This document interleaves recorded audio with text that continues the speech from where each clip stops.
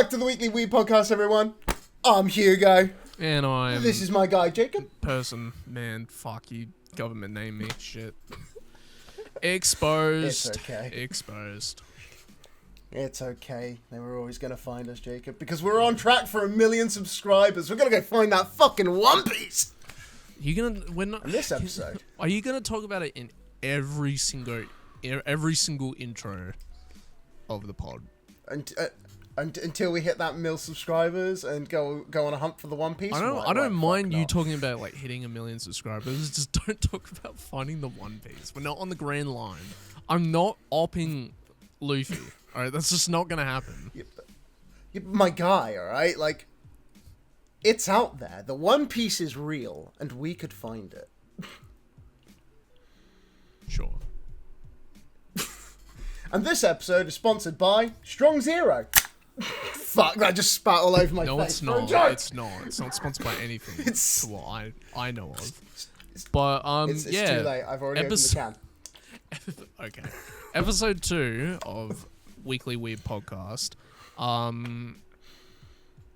There are some shows last week that we didn't talk about that we wanted to talk about, but we just didn't have time to because it was like I think it's at an hour, 2 hours right now. So, is there any other shows that you want to talk about today? I mean, we could talk about the greatest anime currently coming out. So, Rent-A-Girlfriend. We're not going to talk about it. No, we went over this several times in that video. I know because I've been doing that for the past like 2 hours, just going through that video, and every time it's just like, yeah, you know what? Rent-A-Girlfriend is really, really unique. It's very insightful. I'm just like, fuck off, dude. Fuck off. I'll be honest with you, I actually didn't watch the last episode of Rent-A-Girlfriend. I got about a minute in, saw like Kazuya for some reason had his like little flashback of the kiss. Looked like he had kind of like in his own head made himself more attractive in that scene. Like motherfucker had been like mean mogging or some shit, and then I just dropped it. I was like, I'm not too interested in this at the moment. I was like, maybe in a couple weeks. It is 7 a.m. 17:30. Anyway, one show that we didn't talk about, which is one that I think you want to talk about, is Classroom of the Elite. Yes, we didn't talk about it, and I think, to be fair, probably a good thing, because I've watched episode 8, 9, and 10 in like the last 24 hours. What was before and, 7. What was before that? 6. Now say it again. 6, 7? Oh, we did it! Oh! Let's go. Bingo card. But yeah, did a new episode come out today or not? I don't think it did. No, I don't think so. I have to fact check that now. I feel like it comes out in another day or so, doesn't it? God knows. I don't pay attention. I wait for Crunchyroll to be like, hey, new episode, my guy. Anyway. But, so I finally, you know, got round to catching up on it, and I was actually kind of surprised, because, like, I guess the main kind of question so far for the season has been, like, which motherfucker is this White Room disciple that's gonna fuck up Iron Akoji and get him expelled? And I don't think I was ready for it to be what's her, is it Nanase? Yeah, Nanase. Yeah, like I don't think I was prepared for it to be Nanase. Like I think I had looked at every other character, maybe ignoring her. Honestly, this show has gaslit me so much into thinking I know everything about her, but then I don't. So I'm sort of like half expecting her not to be the White Room student. because this show is so fucking manipulative to the fucking viewer. Sometimes I straight up don't think I understand what's going on, but then it's pretty plain and simple what is going on, you know? Yeah, but to be fair, it's been good. I quite enjoyed, because obviously we're on like the special island test at the moment, and I'm liking it. I think I'm kind of like happy that it's not feeling too slow, that they're on the island. Like, it feels like it's, you know, ticking along at a nice rate. Don't feel like I'm being dragged through unnecessary shit. Can't complain. I also think it's mental, arguably, that it's only season 4, episode 10, and Aina Koji's busy sucking face with Kay, and I'm like, has this motherfucker not seen Rent a Girlfriend? You never kiss the client. It's like the golden rule. This man is more manipulative than he needs to be. Well, it's not. It's not. 1,000 reasons to. Yeah, like, he is being manipulative, but at the same time, it's just general curiosity for him, and it's kind of weird how you can like a character like Iona Koji, yet he's so like inept to common things like kissing a girl and like holding hands and stuff like that. It's kind of funny because he's meant to be like this super giga genius dude. The amount of like aura edits I've seen on TikTok of him is actually crazy. That guy aura farms on TikTok. I mean, he does aura farm. Yeah, I won't deny that he fucking aura farms. Also, I've got to say this. I don't know who the fuck made the stylistic decisions to draw the interim school director, whose name I can't remember. I don't know who the fuck decided to draw him the way he's been drawn. But that man gives Kenjaku vibes, and it just bothered me and unsettled me the entire time he was on stage talking, explaining the special. Oh, the acting thing. Director. Yeah, like. Yeah. Who the fuck? Why is there a strand of hair just perfectly across that motherfucker's forehead? I'm like, is he gonna just start pulling at the string? Are we gonna find out it's been Kenjaku this whole time? I think you're reading into it too much. My guy, why does he look like Kenjaku? Why has he got the fucking head string? I don't know. Who the fuck made this decision? But yeah, I didn't comment on like the art direction change because I'm pretty sure they've changed studios for Classroom of the Elite this season, if I'm not mistaken. I mean, you're probably not. Which I never am. I'm always right. No, it's the same. It's the same studio. But for some reason it looks like shit. That's I'm joking. There's a very noticeable change in animation. How it's a lot more it's like dotted lines. Is that just me? Like, it sort of looks like all the characters have been like dotted out. You know? No, I get what you mean. Like, it does seem to be a bit.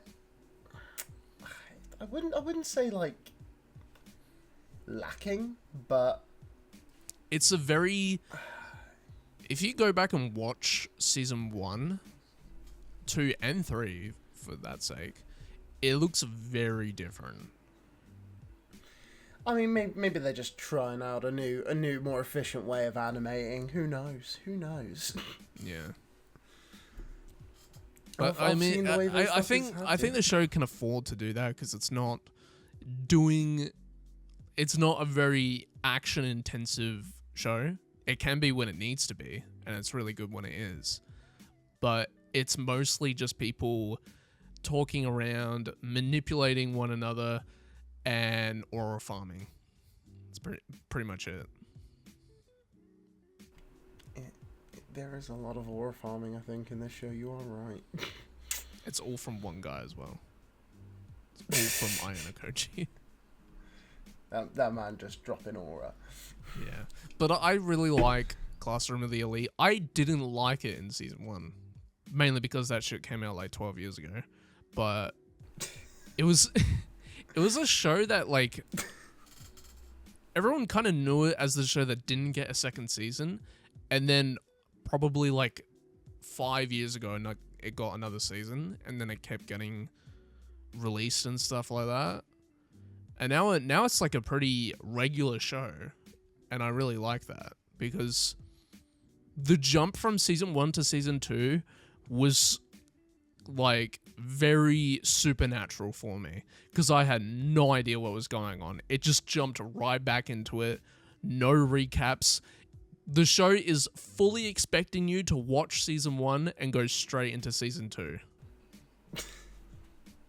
I mean, if you see season 2 coming out, surely you just rewatch season 1 anyway. Like, I don't. That's just. I mean, that's because you're doing this wrong, all right? Like, no, because I fully expect the show to literally tell me what happens. Slime does it every single season. I expect it from Classroom of the My Elite, hero. but maybe I'm just expecting too much. My bad. Yeah, no, Fuck mate. me, I guess. Not every anime can My Hero you with a quick 10 minutes of these are the main characters and these are their quirks again. Yeah, but My Hero keeps doing it, so therefore I don't forget about them. Me forgetting about them. Who's the guy who has dark powers? Oh fuck, Tokoyami? Yeah. See what I mean? Don't remember. Yeah, I'm not even too sure if I got that right. I think that's his name. I don't think you're right, but it doesn't matter. Takoyaki. Who gives a fuck? Teriyaki. It's over anyway. It's over now. It's done. I mean, there's going to be that whole extra special episode, but it's done. It's done. It's all trash now. Yeah. I mean, if you got nothing else on Classroom of the Elite though. No, that's pretty much it. I like the new characters. They're all very what would the word be? Intense? No, maybe not intense. I was thinking more very schemy. I think that's the best way to say it. Every character does have an agenda in the show, but the new first years seem to have a way more better grasp on their agendas than everyone else that has taken a year to formulate theirs. I mean, to be fair, I will say would you call him like the new bad guy? Hosen? I can't remember his name. Yeah, like not he really, gives me a bit of a weird vibe where he feels like a cross between the red-haired dude from like the Class 2 or one of the Class 2 groups and that fucking blonde douchebag that's in Class 2D with Ayano Koji. Yeah, he's very much an amalgamation of those characters. Yeah. But I mean, I think his name's like Ryujin or something like that. I don't know, something weird like that. I know who you're talking about. But yeah, but he was a character that has been built up for basically 3 seasons. Like he's not really the main bad guy, but he's the obstacle that Class D needed to overcome because he was in the way. Like he's the leader of Class C. And then in the end they do like they beat him, if you want to say it like that. But you know, he was built up from that, and you know, like his motives and stuff. Hosen just comes in wanting to throw hands. Like he just doesn't want to play around with anyone else, and then it just results in a fight, which is what we get. I mean, God love this scrappy little fucker though, right? Like, I guess scrappy big fucker. Actually, he's such a dick as well. He goes like, "All right, I'll sell it to you for 100 million points." And then they go like, no. And he goes like, okay, fine. 2 million points. 200 million points. They go like, no, what are you talking about? All right, fine. 500 million points. Final off. I'm like, dude, what the fuck? And they keep... He keeps dragging them into like different circumstances. And then it gets really fucking sketchy. But then they still go along with it. It's just funny. I mean, to be fair, he's obviously read like Trump's The Art of the Deal, has he not? Like, these are all characters that he have didn't been take like the first officer, double it. these are characters that have suspected to have very high IQ and very smart, but they keep doing stupid shit like that. I mean, is that not like most anime high IQ characters though? Yeah, I would say I don't know. And then Iron Koji's just like the outlier who just goes like, yeah, I thought this would happen. All right, let me deal with it. Let it play out the way it was always going to. Yeah, I'll intervene when I need to. I'll wait until someone's at the brink of death, and then bro's literally like the Shadow Hokage who just like comes out of nowhere and just fucking saves everyone at the end. But he does it with an "I told you so." Yeah, no, he's got such a dick personality as well, but that's why I love him. Yeah. Anyway, what are your opinions about the show? Because I've been ranting on about that. I mean, like I say, I am enjoying it. I think it's been good. It's one of those. It's not like a switch your brain off anime, but you know what I mean, where it's just like. It is kind of a bit of a switch your brain off anime. I would not switch my brain off for this show. You switch it off, you're fucked. But yeah, because, well, like, if you can't follow along what's happening, you're not gonna know why the characters are doing what they're doing. I don't know why they're doing what they're doing, and I can't. Oh my god, that's because you've like put it on in the background or something, not paying attention to what's going on. I'll be honest. Yeah, I'm probably like half focused on. I mean, I'm watching it, but I'm sure my brain's like half going. Yeah, it'll be all right. Oh, they're finally on the island. What's going on. I bet you don't even know the fucking rules on the island. I bet you don't even know how they're gonna get points on the island. Excuse me. No sexual assaults. No murdering. Those were pretty clear rules. No, that's not what I said. I said the point system on how they're gonna get points. I'll get to a quadrant and I guess be good at anime quizzes. Like that's pretty much. Why listen to the rules when I've learnt from fucking when I've learnt from JJK? The rules are like secondary to this, you know? Like the rules you don't are need very to understand important in them. JJK. They make a whole point detailing the fucking culling game. Yeah, well, maybe they should have put some fucking words over it. They did. Anyway. But no, I am enjoying it. I'm glad I finally kind of like sat down and now I've started watching it. Like I say, it's not like it's a you can switch your brain off show, but it's one of those where it's like I think I enjoy it the same way you can enjoy like a switch your brain off show, where I think it's like good show, not much thought needed, because for the most part, barring like Iron Koji, who you don't tend to know what the fuck that motherfucker's thinking or doing. It's good. It's good. I'm what's the name of that fucking blue-haired chick as well, who's just being a bitch because, you know. That's her name, blue-haired bitch. Yeah, to be fair, that tends to be what they're all called. But like, I'm kind of liking her as a character as well at the moment. I'm like, you know what? I want to see you get that number one spot. You're not gonna get the number one spot. Iron Koji probably gonna have to save you in the next episode. You're like but I'd like you to get that number one spot. You're like solo, 33 background character, dude. She is not relevant at all. She's trying very hard to be relevant. I think that's why I love her so much. It's just like a fight for relevancy. Yeah, basically. But what else have you been watching, my guy, other than Classroom of the Elite? Not anything new, I'm pretty sure. Like, Otogal is still fucking peak cinema. You know, it's all just fucking bangers, dude. I'm looking at like trending in Australia and New Zealand on Crunchyroll. It's just all the shows that I'm watching up to like, actually the first like, what is that? Like 7 shows are the only shows that I'm watching. I'm watching nothing else.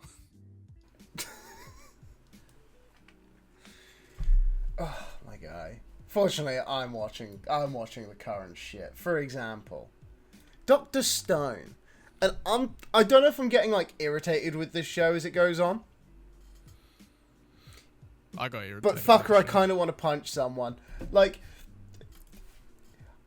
I kind of just want to fucking chin Ryusuke as well. Like, he's just becoming a really fucking annoying character to me.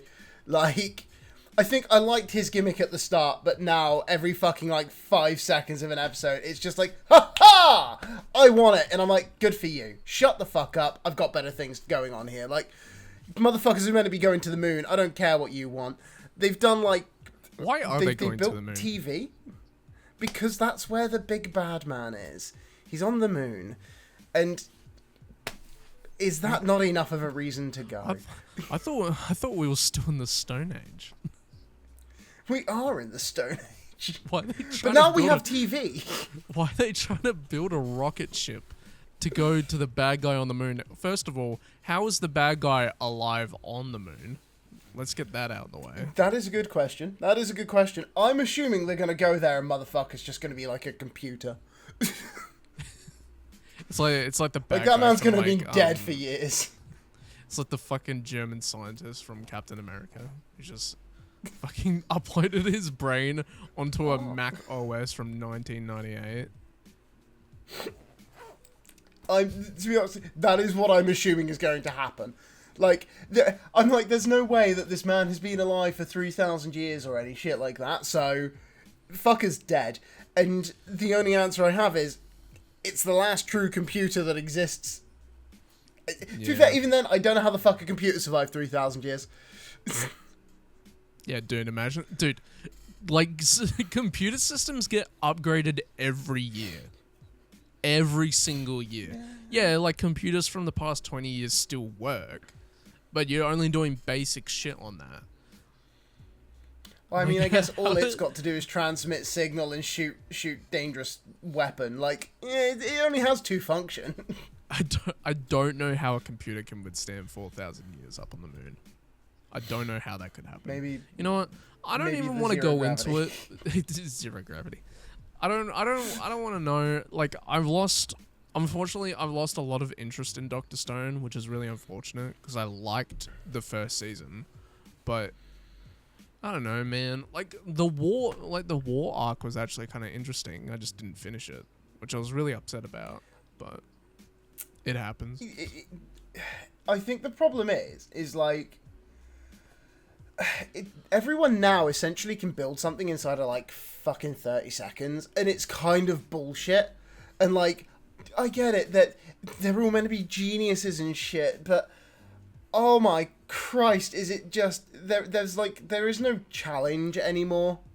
I think like the problem is like they fought Zeno, they beat Zeno. Now it's just everyone able to do everything real easy, worry not. And like that kind of sucks. Like so in like the last episode, they've built a TV because you need TV apparently, and Ryusuke goes on his fucking I want to own the media system. So essentially he wants to become Fox News for some fucking reason.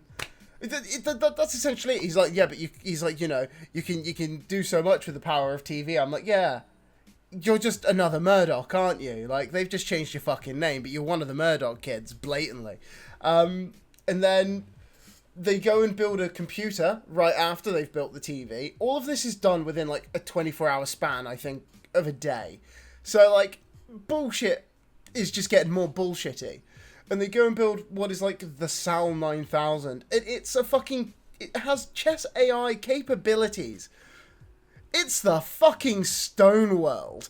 And they've built AI before they've even fucked off to the moon. And you're like... But they still apparently don't have the time to make it so that their spacecraft could return back to Earth. So they're running on this one-way mission concept whilst also being like, but we're smart enough to make like a computer that can at least play chess and shit. And you're like...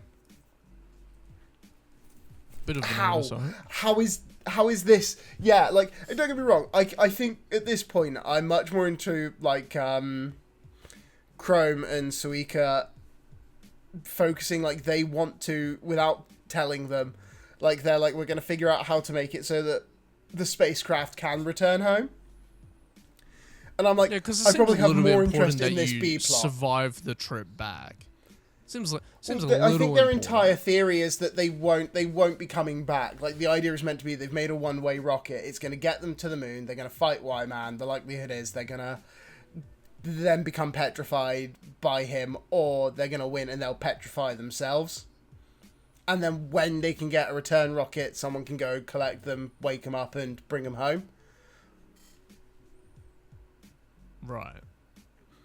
But you do kind of sit there like, but you're like a genius who's able to build everything inside of 35 seconds, but you haven't got the capabilities to make it so the rocket can come home. Isn't it, what's the protagonist's name again? It's like, say something? Senku, yeah. Is he the one going up or not?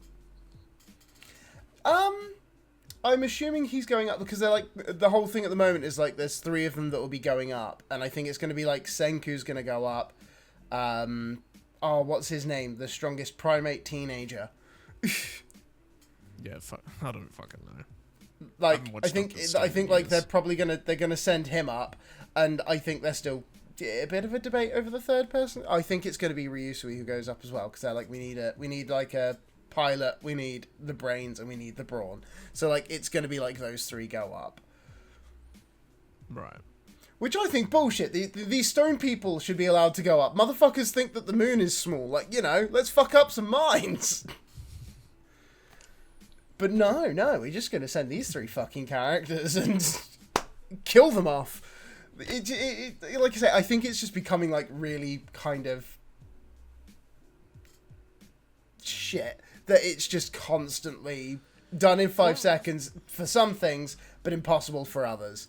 From the sounds of it, it sounds kind of directionless, Like, they're trying to fucking beat someone on the moon, but they don't know if they're still alive on the moon. Is that what you've said to me? I think, yeah, well, they know that something's going on up there, because, like, they've received transmissions throughout the season from the moon. Saying like, hey, I'm on the moon, you can't get me. Well, I think it's like one of them activates the one, like they receive a transmission at one point that activates what they call the Medusa, like, the thing that started this whole petrification off. There's a point where like they receive a communication and it has Senku's voice. So I'm like, the guy doesn't exist, probably a robot. And then I think there was a later point where it might have been this season, in fairness. This is how much of, like, it feels like the main plot is a subplot to everything. Like, there's a point where, like, the guy just sends, like, a message being like, do you want to die? That is one thing that has sort of bothered me, and it's not, like, directly correlated to Dr. Stone, but Dr. Stone does do that. Doesn't have a normal seasonal convention of naming what season we're on. Like, Stone Wars did not have a naming convention, so I had no idea if we were on like season 2 or 3. Did not tell me at all. And I feel like that's the same with like this current season. We're on what? I think it's meant to be technically like, this would be arguably like season 7. Like, this is the problem with it as well, like, that you are right, because it's like, this is, what's it called? Like, this is called like Future Science Part 3.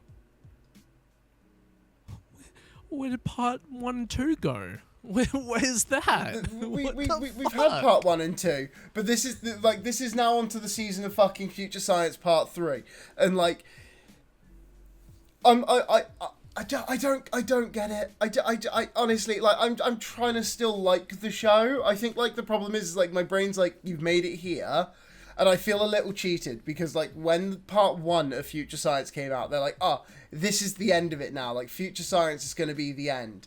And then, like, Future Science ends and they haven't done anything. And then it's like, all of a sudden, oh, don't worry, there's going to be a part 2. And I'm like, oh, they'll end it in part 2. And now I'm in part 3. And I'm getting Attack on Titan from this fucker. Because I'm, at this point, pretty confident that part 3 is not going to be the end. Like, I don't think part 3 at the current pace is going to make it to the end. Has Doctor It's going to have a part finished? 4. No, we've still got... what must we have now? I think there's still like 5 episodes to go. No, I'm talking about the manga.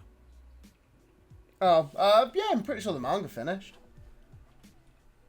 Yeah, me not being able. Fucking better, F. It finished in 2022. So they've had enough time. Like, yeah, so it's just they can finish the show if they're capable. But whether or not they will is a different story. Like I said, it's just it's becoming kind of dull. Like I liked this show, and I like the kind of little science lesson aspect of it all. Yeah, I like the that's whole. what I respected. Season 1 did a really lot. well for this. Yeah, that's why I respected a lot in season 1. It very much held your hand doing, like, I wouldn't say basic science stuff, but like science stuff that you can probably do by yourself, theoretically. I think, and I think, like, there used to be the warning as well of, like, don't do these things. Like, they are... Yeah, like, if, like, things these are were, actually like, really a depicting little true bit... science, but don't yeah, if do something it. was a little bit too, like, like, high school level stuff, then yeah, that obviously. But, like, there was an educational factor that I really liked in it. And then we went to war with other people that had different ideals, and it got very political, which, to be fair, can be cool. But do I want that in a sort of like teachy sort of show that I've grown to love? Not really. That's probably the reason why I didn't continue watching it. It sucks because I think the concept of that can be cool.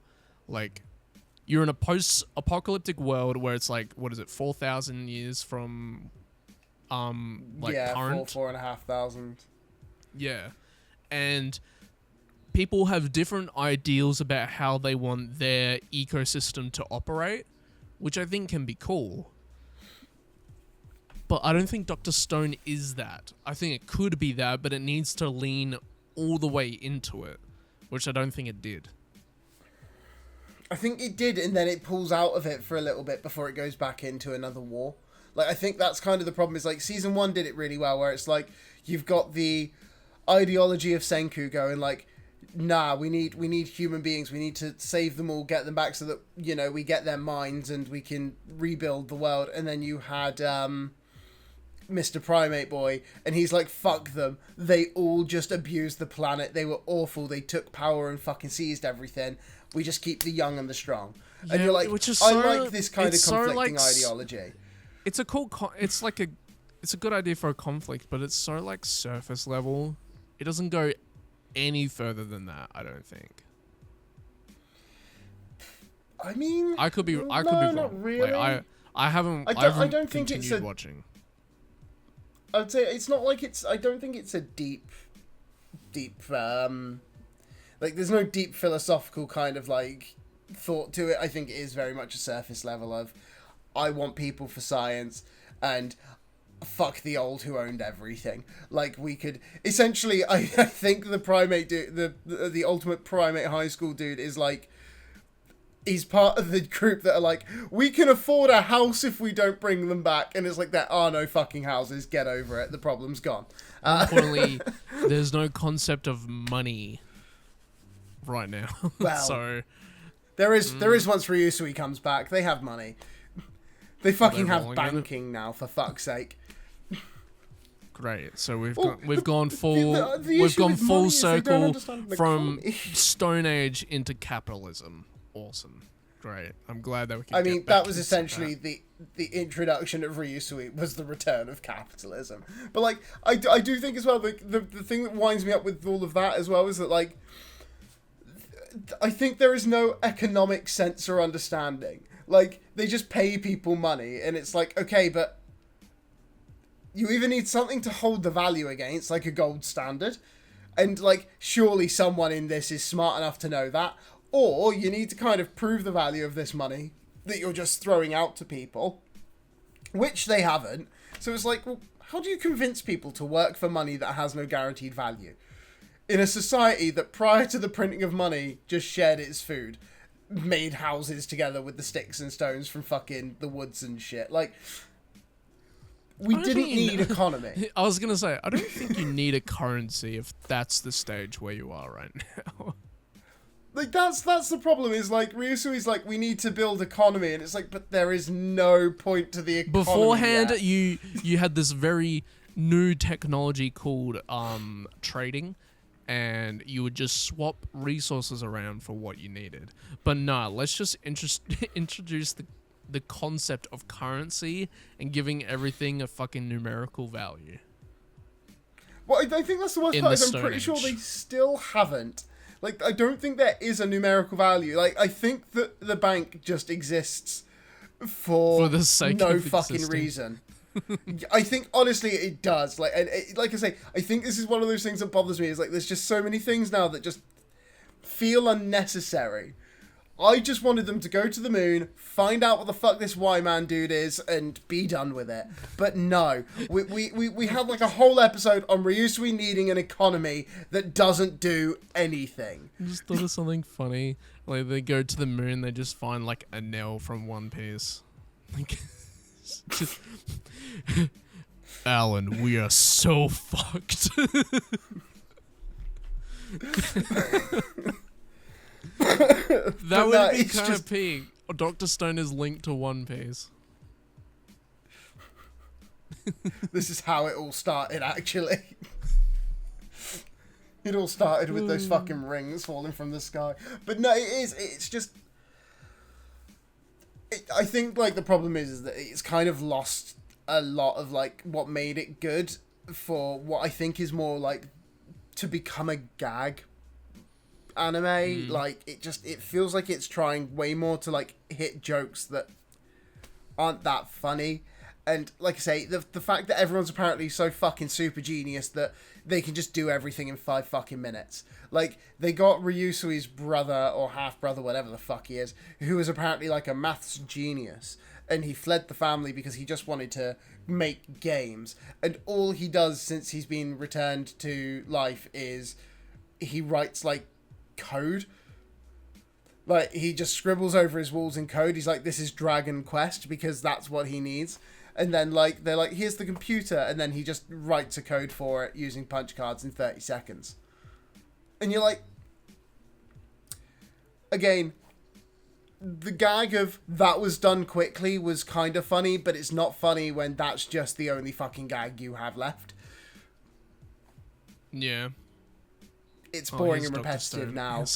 Here's Dr. Stone. Move on. Fucking, Crunchyroll. No, so this is only season 4. I mean, you can call it season 4 if you want to call it season 4, but when season 4, like Attack on Titan, splits into fucking 6 parts, I don't really fucking feel like calling that one season anymore. 31 episodes for Dr. Stone for this season. Yep. Bruh. Yep. This is season 3. Like, this is why I'm calling it season 3, because you make me wait a year for the next part, I think that's a new season. Like, that's just a new fucking season. Stop acting like it's the same. It's all one arc. They are different things. Yeah. It's just a real letdown, and that breaks my heart because of how good it started off as. Like, it just... Yeah. How sucky that it went from, like, arguably a peak fucking show, like, I'd say, like, a solid, like, 8, 9 kind of show. It is now, like, just kind of humming down to a fucking 5. Like, there were good bits, and then it just carries on being Dr. Stone. Yeah, would you judge the whole show being a 5 or just the season being a 5 out of 10? I think this season especially, like, or this part of the season, however you want to look at it, like, I think that's definitely dragging it down. I think previously it was at least a bit better, because you had, like, the conflict between Senku and Zeno, who are both, like, you know, geniuses, but with different ideologies as to what to do now that they're in these positions. And, like, that was at least kind of entertaining. Now they're on side, and the only enemy left is a guy in space who doesn't do fucking anything. What the fuck am I watching? Like I'm watching a fucking slice of life where occasionally a bad guy exists. Yeah. I get that. Yeah. It's just, it is, it's just a bit of a letdown, really, for the show. God, what a letdown. But anyway, before I go ranting more anime, before we go on to more anime, let's talk about some things that are going on in the world that I think this is more negative shit, really, than anything. Can we start with what I think is the most outrageous fucking thing in the world? You know that motherfucker Logan Paul? Oh no. So, guys, we're starting off real strong here. this is the anime news segment. Anime news. Motherfucker is ruining everything. I think he ruined fucking, like, Pokemon because he's an asshole. I'm honestly surprised he didn't then try to fuck up the Yu-Gi-Oh market, because why can't he? To be honest, this is what happens when you let idiots have money. Yu-Gi-Oh's not on the same level as Pokemon. Yu-Gi-Oh is better than Pokemon when it comes to a tabletop game. It's just so much fucking better. It's not a matter of whether or not it's better. The value of Pokemon cards is more, so therefore it gains more attention that way. That's what happens. But I think this is the problem, is that arguably they weren't that fucking expensive until this idiot started fucking with it. And, like, until he started essentially inflating fucking prices to inflate his fucking ego. The problem is now, I don't know if you've seen this, the fucking asshole has just bought a load of manga. Or not even a load of manga. He's bought 2 graded manga. Yes, I know. I have heard about this. It My fucking opinions about it are enrages very, very transparent and should be very obvious about it, but I'll let you go on. All he is doing, in my opinion, and I don't think I'm even slightly fucking wrong on this. I think he is just trying to inflate a new market just so he can carry on fucking scamming people out of everything. And considering how fucking dodgy this cunt is, all the fucking scams he's run, all the fucking, like, vile shit he's done, the fact that people have given him still more money to carry on fucking with things that I love is just ridiculous. Who the fuck, for example, spends $500,000 on a single manga? Not even, sorry, a manga. A fucking comic, a fucking weekly magazine of, like, what was it? He bought, like, issue 53 of Shonen Jump? Yeah, it was the first issue of, it was volume 1 or chapter 1 of, One Piece. Its first serialization in the manga. Yeah. And I think he's done the same with, and he did the same with, like, the first weekly, like, first chapter of, is it Dragon Ball or Dragon Ball Z? Dragon Ball. I'm like, pretty he's sure also it's done this with, like, but it's for an undisclosed amount, which probably means that the idiot spent close to $1 million on this. Yeah. Why? How the fuck? Like, I love these things. I would never spend $1 million on it. Yeah. I have a pretty probably accurate theory of, like, why he does these things. And it's just stupid. It's like it's fucking money. Well, it's not just money. It's also the factor of how popular it is.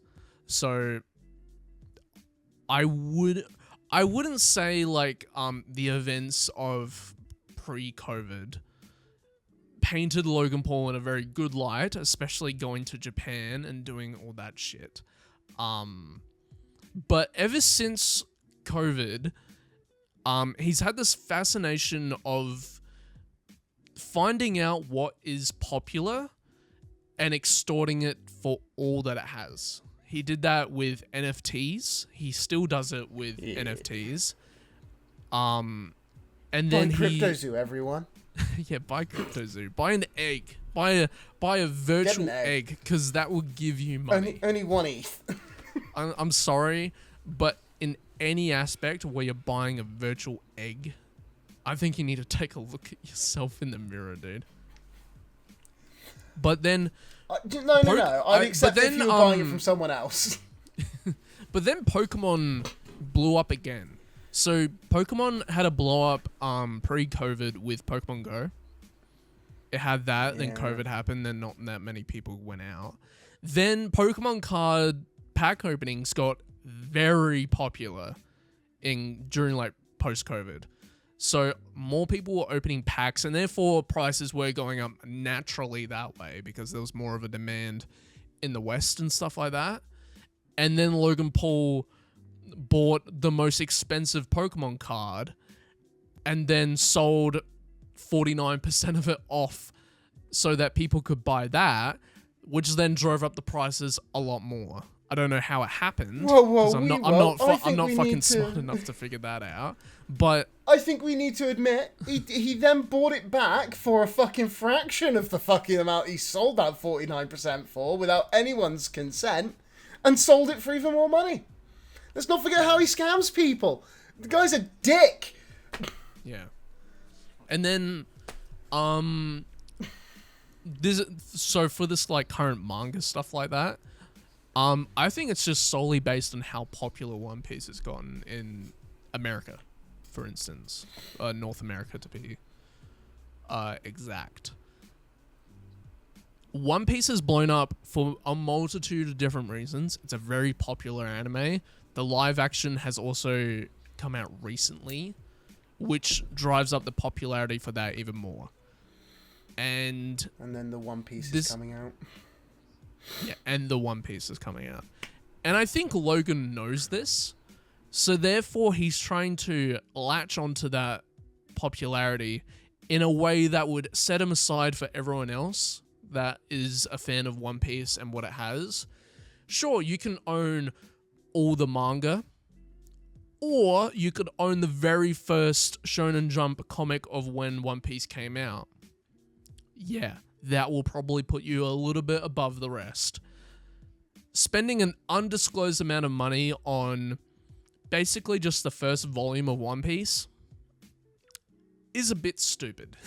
Like, you're spending $1 million, $1 million plus probably, on a like Shonen Jump magazine that you can basically pick up anywhere. It's also very not that hard to like find as well, and it's not that expensive. But him disclosing an amount of money that he paid for it will therefore make other Shonen Jump magazines go up in value. Yeah. So it's just... This is all it is. It's just market manipulation so that he can essentially come off better at the end of it. Yeah. It's all it fucking is. He just likes proving that he has more money than the average Joe, and that he has the capabilities of investing into like this I won't even call it niche genre, but like this series of shows that is very popular and sort of like manipulated that way. It's just really stupid. And I don't really like talking about it because it's a concept that I don't fully grasp myself. It's something to do with it's a factor of it factors multiple different things where it comes to like popularity, price, all that other stuff. Even like stocks probably in some areas for some reason, like merchandising and stuff like that. It's just very... It comes off as disingenuous as well, because he's a fucking... I'm going to say it, he's a retard. He's honestly just fucking stupid. He's fucking stupid. And then I'm going to say LARPing, because I don't like using LARPing. I only call people that are LARPers who are very obviously doing it, and Logan Paul is that person. He just fucking... He's an agitator. Like, he's a very obvious agitator, and everyone falls for it. Oh, Which yeah, is no, why I don't, which is why I don't like talking about him. Rage bait of him. Yeah, I don't like talking about him because it upsets me. But it just goes to show that what he's doing is working. Like, it's just stupid. Yeah. But, you know, I fucking hate the man. I truly... Like, I had issues with him before he started fucking with the things I loved. And now that he fucks with the things I love, I'm like... I really just want to fucking hit him with a car. Logan Paul is, like, very surface level of, like, influences that I hate. It's very much an instance of low-hanging fruit. Everyone does hate Logan Paul. Even when he does WWE stuff, no one fucking likes him. Like, it's pretty obvious. I think that's what pisses me off the most, though, is that, like, we say no one likes him, but he has a fucking huge audience of people who do. Yeah, but that's and the like thing, they seem to forgive all the shit he's done wrong. The thing is, it's built up from children and previous fans. It's the same. I could mention a certain person that has gotten very, I would say cancelled multiple times and cancelled recently on TikTok. I won't mention them. No, not KSI. KSI can't get cancelled. All right, KSI went through like a huge cancelling like only 2 weeks ago for a bunch of fucking old clips of his. He made a joke about punching it. He's like, if my girlfriend ever got pregnant, I would, I think he was like, I'd push her down the stairs or I'd punch her in the gut, something fucking stupid like that. But I mean, the guy has dropped a lot of fucking comments that shouldn't be, he said racist remarks over the years. And to be fair, genuinely, he is actually just a huge piece of shit. I mean, he's just such a fucking piece of shit. I mean, I don't really follow KSI that Logan. much, to be honest. Ever since they fucking combined powers into making a shit energy drink, I haven't really followed the Sidemen or KSI that much, to be honest. I was just under the assumption that he's just like a guy trying to just make the most out of his situation. He's on fucking Britain's Got Talent, dude. Like, I see him on that and I go like, okay, cool, good for you. Which is incredible considering he literally lacks all fucking talent, but for some reason he is a judge of talent. I'm in the thick of it, everybody knows. Like, I think the problem is, like, if you ever listen to, I mean, did you ever listen to Lamborghini with him, by the way? Like, did you ever hear that, like, his first song, Lamborghini? So, I think this is the problem that we all did wrong with him, and this is why he's still famous, is I think he thought he made a good song. I don't think what he realised was he made a really fucking bad joke song, and he's carried on with it. It's kind of like, the boxing thing was funny in the early 2010s, it's not interesting anymore, but now he owns a fucking boxing company, even though he doesn't fight because he's well aware he can't actually win real fights. And it's like he wound his neck in with... He's made me like Jake Paul. To be fair, Logan Paul and KSI together made me go, I like Jake Paul. Let's not get ahead of ourselves, okay? Jake Paul is still... He's a lesser piece of shit! Yeah, but he's a lesser dick than those two. You're comparing shit to manure right now. That's what you're doing.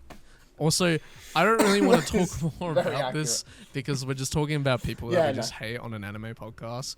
But that's like long story viewer thing. Yeah, we just want to get beef. We just want to get into beef with other people, actually. But like for real though, like I've like, I haven't accepted what Logan Paul has done. I've just sort of pushed it aside.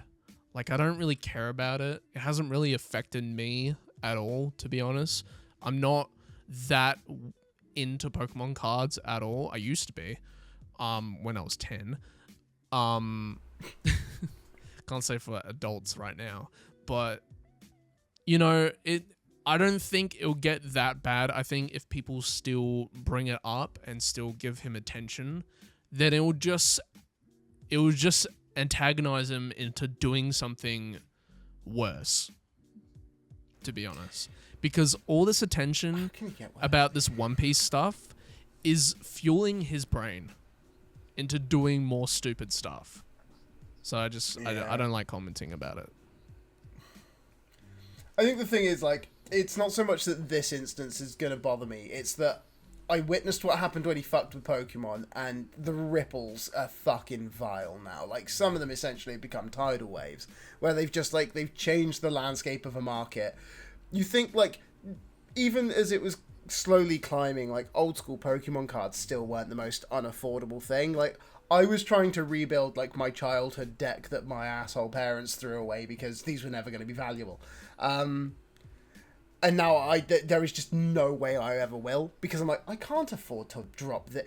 Give me millions of dollars. I couldn't justify dropping it on fucking Pokemon cards. But the man has caused such inflation in the market, and I'm scared that this is what he's then going to do to, like, more anime stuff. I'm like, I don't want 20 years down the line to be like, well, can't buy any of this nifty shit because some idiot decided he would just blow every fucking penny he had on them just to inflate the market so he could sell them at a higher price. Fuck, he'll ruin everything I love, won't he? What I will say, I don't think what Logan Paul has done is going to have an effect on how much a manga is going to cost. To be honest, Nah, I think it will affect older manga. Potentially, I'll say that for sure, but it won't drive up prices for buying a book. Books have gone up in price, but that's because now they're like premium now. Like, you can read manga on your computer now. You don't need a physical copy. People buy a physical copy for that premium feature of owning something that could be valuable in the future. And so it's part of a collection, you know? And like, if you want like older manga to be part of your collection, then yeah, I think you should spend a premium amount of money on that. Whether you should spend $1 million on fucking One Piece or Dragon Ball is a different story. They're not worth it. I honestly, I think I read it and it's like Akira Toriyama is rolling in his fucking grave right now. Like, this was not the intention of his work. Well, he can't control what people do. I don't think anyone can do that. No one can control what Jake Paul does. I feel like if he was here, he would at least Logan condemn Paul, it, and the world would be like, "No, we can't do that." Nah, it's one in the same. Yeah, but I think takeaway notes from that. I just think ignore Logan Paul. It's honestly not that hard to do, because it's funny, to be honest. You can look at it and go like, what a fucking dumbass. God, I hope this doesn't get blown out of proportion. Proceeds to get blown out of proportion. So like, I'm not upset about it as much as you probably are. I'm still upset, but you know, what can you do? I think like I'm probably on the, I think you're probably on the like, it won't be that bad kind of side of it, and I'm like that, yeah, but the fucker already did this once and it pissed me off without any justification. So I'm worried that he's just going to do it again. And if he does it again, he might do it again. And I think that's where like I live in fear with him. I was like, I fear that he's just going to keep fucking with all this cool shit. And I don't want him to do that. I like the cool shit. But you are right. I should stop bitching about the asshole. I should mention the next thing that I think actually kind of cool at the moment. I don't know if you've ever heard of the Conqueror challenges. No. So they're pretty nifty. They are a collection of running, cycling, walking, kind of fitness challenges. I bought a couple of them years ago for like my more fitnessy friends and family as like gifts. Very nifty little like medals and all that shit. And apparently, on the lead up to the new season of JJK, they've done like a collab with them to do these Jujutsu Kaisen walking challenges. They've set up like virtual maps and you walk. I think it's like there's a Yuji, Fushiguro, and a Gojo like challenge, and like Yuji, I think is like you're walking from the distance of Tokyo High to fucking what's the name of the bridge that people jumped off of to be cool or some shit like that. Like, you know, like Yosahachi Bridge, and then it's like from Yosahachi Bridge, I think the Fushiguro one then leads them somewhere else, or like. I just think this is quite cool. Like these challenges were always more like walk the length of John DeGro and all that kind of stuff, and now it's like, oh no, they've actually kind of made these like nifty little anime ones, and fuck yeah, because a lot of anime fans could probably benefit from doing some of these challenges. Let's say it. I've been to Comic-Con. You would fucking enjoy this, right? You get a walk, you look at your phone, you get little postcards and shit being like, oh, you've walked here, look at this nifty little graphic from fucking JJK, exclusive, and at least then, I don't get a physical medal, damn. You don't get no, you can get a physical medal as well. Oh, that's cool then. Nifty, right? They're like these actual physical, they are cool fucking medals, like this is what I mean, like, don't get me wrong, I don't feel like I personally want to walk about 150 miles to get all 3. Yeah, but I think it's pretty nifty. About 220 kilometers, I want to say. Ew. A lot of walking. Let's have a look. But I think it's a cool concept. You know, like I wouldn't speak for everyone, but I myself would want to be more active, and I think this can be a cool way to motivate people into doing stuff. Oh yeah, no, like I think that was kind of what the initial kind of idea for the company was like, not everyone can run a marathon. Like, you know, they take a lot of time, they're hard work. It's not like you have to walk 22 miles in a day with this thing. Like, you have a year to walk that distance. It's almost 300 kilometers. Yeah. Yeah. Okay. It's a lot of... like I say, I'm pretty sure it's about, like... It'll be about the 300 kilometer mark, I think, in total for all 3 of them. But again, like, at the same time, I fucking walk a lot. So, like, I could probably just do it all off of my phone, like, pop it in, let it track me, and boom, achieve these medals over the course of, like, 6 months to a year quite comfortably, never having to go out of my way to do it. And I think that that's kind of cool. But again, like, for people who do want to be more active and are anime fans, I do think that this is, like, a nifty way of kind of getting anime fans to maybe step out the fucking house. Get Crunchyroll on your phone, pop a headphone in, and just enjoy some Jujutsu Kaisen whilst you walk for your Jujutsu Kaisen fucking medal. Like, does it say how long it I'm pretty open about it. What, the challenge? Yeah. I think they tend to be like a total of you have like a year to complete them, and I think they're only like maybe $30 to $50, something like that. Like they're not hyper expensive realistically for what you're getting, and I think like again it gives you some nifty things like, you know, here's your digital fucking like postcards of tracking where you're walking, so it gives you like an idea as to like if you've walked 10 miles, like, oh, you got these like 5 marker points that you've hit in doing your 10 miles so far, and here's a photo of where you would be if it was in the JJK universe. And that, I think, again, very nifty. Like, it's a good way of giving people something and getting them active and out. And I have nothing bad to actually say about this. The medals look cool. I think that the challenges aren't unrealistic. Again, 77 miles, what's that, like 105 kilometers, something like that. Like, that's not a bad distance. It's not, like I say, it's not like you got to walk it in a fucking week. Close enough. I'll do 123 in a day. Actually, I wouldn't mind knowing like the distance that it would be to like walk that kilometer. Let's do 123 kilometers. Like, how much would that be? It's fucking... I'll just go to, like, Perth or something like that. Gonna be like the Catman guy who's just walked all of ours. Walking. On foot, motherfucker. Yeah, it might take a little bit to learn. It's like, we don't advise walking this. Deadly fucking snakes everywhere. Okay, just straight up doesn't tell me. There's no like walking path to Perth. I mean, Why to be isn't fair, there? there was Why that isn't guy there? who recently... Why isn't there a fucking cycle path? To be fair, there was that guy who recently did, like, walk the entire length of Oz. So, like, what did it take him? Like, 2 months to do the whole length? So... Probably, like, 30, 40 days.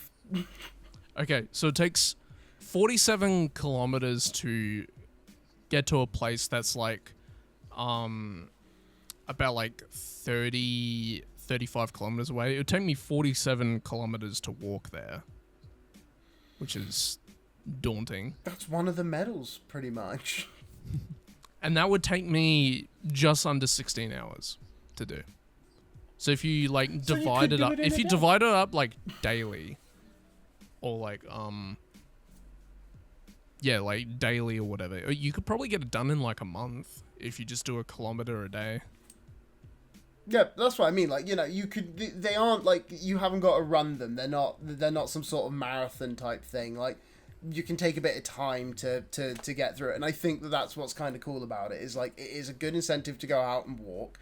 It's a nice collab that I think will incentivize people who probably haven't thought about the ease of actual exercise, because I think like exercise tends to be quite a daunting thing for a lot of people, where like you think I've got to go to a gym, I've got to run a lot, or I've got to do all this crap, and it's like no, you can pop your phone in your pocket, walk from today, do as far as you can every day for like the next 30 days. I bet you could easily get 1 or 2 of these medals.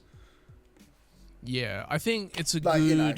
it's a good incentive, I think, for people. Yeah, and I think it's I think nice to have like something honestly, that it might be a nifty. good incentive for me, personally, because like motivation wise, it can be very difficult to like be active and stuff. Yeah, I think that's it as well. Is that it's a nice bit of motivation in it. Like, you're doing this for a medal, and it's a medal that you will like more because it's I would have to for something question you the like. ethical reasons of why I'm doing it. I'm not doing it to be active or to like better my health. No, I want a JJK postcard on my phone. I mean, to be fair, if that gets you walking though, get on. But that's what I mean. You don't need a good reason to do it. It can be a stupid postcard on your phone. Yeah. And I think it is like I say, I honestly, I saw this and I was like, I've bought these things before for family members. I think that they make nice medals and I know what they do. So when I saw they were doing like a JJK collab, I was like, oh shit, this is actually really cool. I'm like, I'm half tempted to, because I'll be honest, especially since having my daughter, I've put on a bit of a dad bod. So like, I'm like, I need to get active. And I'm like, this would definitely make me go, I need to walk more. Like, I need to do more walking, and then the only challenge is just not being such a fat fuck as to snack all the time. Or drink Strong Zero at 7 a.m. It's like drinking a Red Bull when you first wake up. This is my first thing that I've drunk today. It's a fucking Strong Zero. I've got to go to work later. It's okay. Gonna have They like don't watch heart this kind of shit. palpitations later on. But yeah, I think there is only one other bit of... There's one other bit of like anime news I really want to talk about, and I don't know if you'll have seen this. I get why the video dropped when it dropped, and I'm okay with the idea that other people who make anime content may want to talk about this. It just broke my heart to see that. I think is it Joey from Trash Taste? About what? So have you seen that Kadokawa reported like a 51.3% loss on like their profits this year compared to last year? Shit. And do you know what they're blaming? Piracy. My guy? No, it's fucking Isekai! Oh, wait, I did hear about this. Anime industry is officially done with Isekai. Let's go, it's about time. Let's go, champ! Let's fucking go! Like, Last week, Japanese I'm so manga, happy about anime, this, and it's game so publisher heartbroken. giant Kadokawa announced its Consolidated earnings results for the financial year ended in March 2026. According to the report, the company suffered a 51.3 decrease in operating profits compared to the previous year, driven by the poor performance of its core publishing and IP creation business. Specifically, the company has acknowledged a recent bias towards proven genres such as Isekai and Naruki. Don't know what that is, but I've always had the opinion that Isekai has been a very saturated genre. So it's what's a nice word for it? It's fucking shit. You find a single diamond every season, and that's about it. I'm gonna scroll through 2026 anime and ignore sequels to try find an isekai that might be compelling. So, give me 2 seconds. But this is all right. 2 seconds later, the strongest job is apparently not a hero or a sage, but an appraiser professional. Do you think that would be a good show? Do you think that would be a good show? I reckon it's a 10 out of 10. 10 out of 10. It's a 7.45 on I don't even know what. But like this is the thing. Like, I think that this is what like a lot of anime fans in particular have been saying for the longest time, which is that like we don't need this much isekai. No one needed this much isekai, and like, if it's finally doing damage, like, I'm unhappy for Kadokawa, who are suffering essentially financially from this, but I'm kind of there like, glad it fucking happened finally, because you guys need to stop making so much fucking isekai. I'm like, what the fuck happened to every other genre that now all I get is fucking isekai? Like, I like a few isekai. I'm not gonna pretend they're shit. I'm a bit of a slop man when it comes to like anime. I like that kind of crap. Yeah, but it stems from the fact that majority of the slop is from isekai. Yeah. And they also latch on to really weird subgenres of isekai. So one extremely popular one is villainess ones, where it's just like it's like a heroine story in like a light novel where you try to like love match to someone, but there's like a girl who doesn't want you to get with a certain man because she's also interested in her. And for some reason, probably around COVID, there was a couple of villainous anime that came out, and then all of a sudden every season we had a villainous anime, and I'm really tired of it. It's really stupid. There was one good one like 2 seasons ago, but that's like a really big outlier because it's sort of like a reverse villainess one, which I think is pretty cool. It's the one with the white-haired chick where she just like beats everyone up. It's fucking awesome. It, but then probably not. If it was half decent, I probably haven't watched it. It was decent. I liked it. That's probably half the problem. It was decent, and therefore I didn't watch it. Well, that's a separate issue. This is me. But I don't know. This is me. I'm very. I'm a. You know me. And like I say, I'm a slot man for a bit of fucking isekai. Like, I don't mind like pure trash isekai. Let's say it. A vending machine. It's kind of funny. I just got to that one. Like, it's kind of funny. The most recent episode, I finally was reminded that there's a character who has, like, a complete fucking shoe fetish or a foot fetish.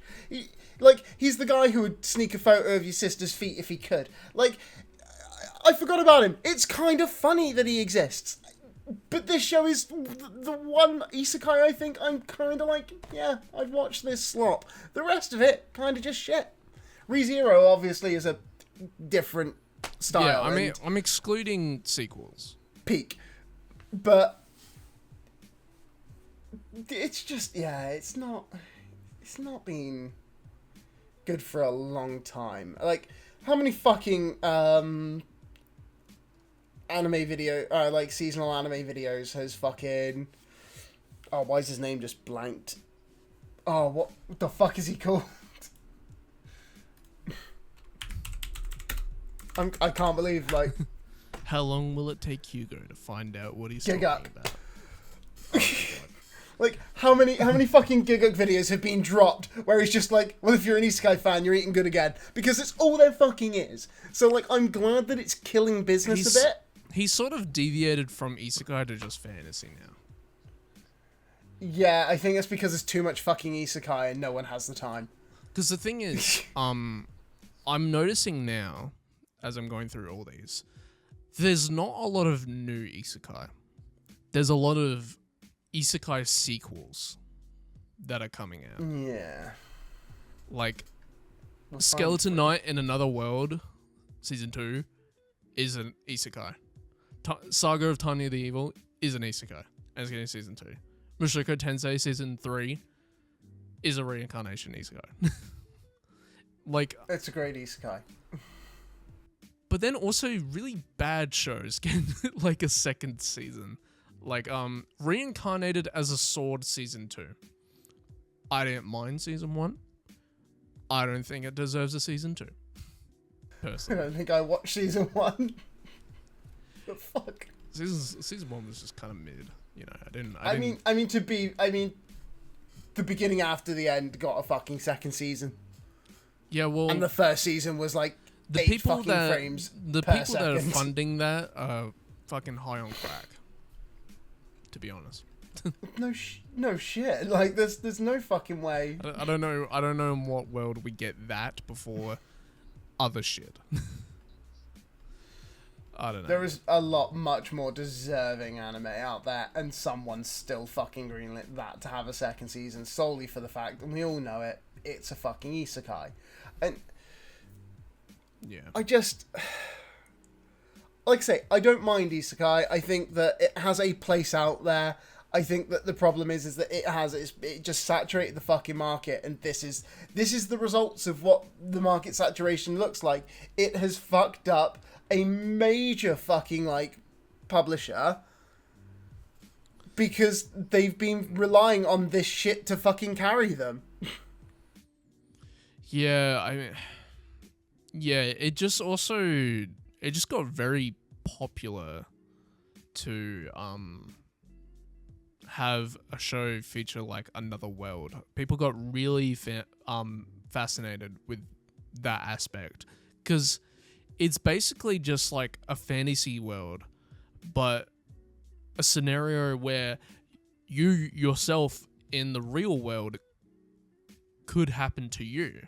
And then people really got on board with that. It's the same thing with like SEO, but SEO was a little bit more of a darker themed version of that, but it also got very popular because of that dark theme. But you know, it's the same thing. SEO got really popular from that isekai genre, and I think it's probably the main factor of how the isekai genre has like plainly been desaturated because of SEO. I don't blame it, but you know, there's a source. It's pretty obvious. Yeah, it's pretty obvious. The river starts somewhere. It's not the spring's fault that the place is flooded, but fuck me, the place still flooded. Like, yeah. It like I say, I'm glad that what we may hopefully see now going forward is a massive step away from it, and we might start getting more kind of a more diverse offering of fucking shows. I just don't want any like JJK clones to come out. That would really piss me off. That is one of my bigger worries, is that like all of a sudden they're just going to start grasping at, oh shit, what already successful IP exists that we could just replicate for money. And I actually think it's a fucking miracle that we haven't gotten another pirate anime. We've gotten one that I know of, but that's it. Nothing else is even glossed over the fact that it's a pirate anime. I wouldn't want to. If I was within a publisher production company and they said we're gonna make this pirate anime, I'd go, I am not making the knockoff One Piece, because no matter how good it is, there is enough fans out there that they'll be like, oh look, they've just made One Piece, and it's like, fuck off. So I think wouldn't people touch would it. enjoy another One Piece. Well, not another One Piece, but another pirate anime. I think that's fine. Because I guarantee you, there's probably a manga or light novel out there that has featured a like pirate-based story, or like is a pirate-based story. I can imagine. I should say. But like I think you're right. Where people wouldn't where companies wouldn't pick it up because there's a little small show that seems to dominate that specific genre. So I can't blame them, but I still think it would be cool if we had some variation of that genre. It's the same thing with Isekai. I agree. There's different versions of Isekai, and I enjoy other versions of that genre, but you sort of like get to see the same thing every single time, and that's what bothers me. Yeah. And it's just like with Isekai, there's just nothing really special about any of them anymore. But like, I am on your side. Like, I think there's probably room for another pirate anime.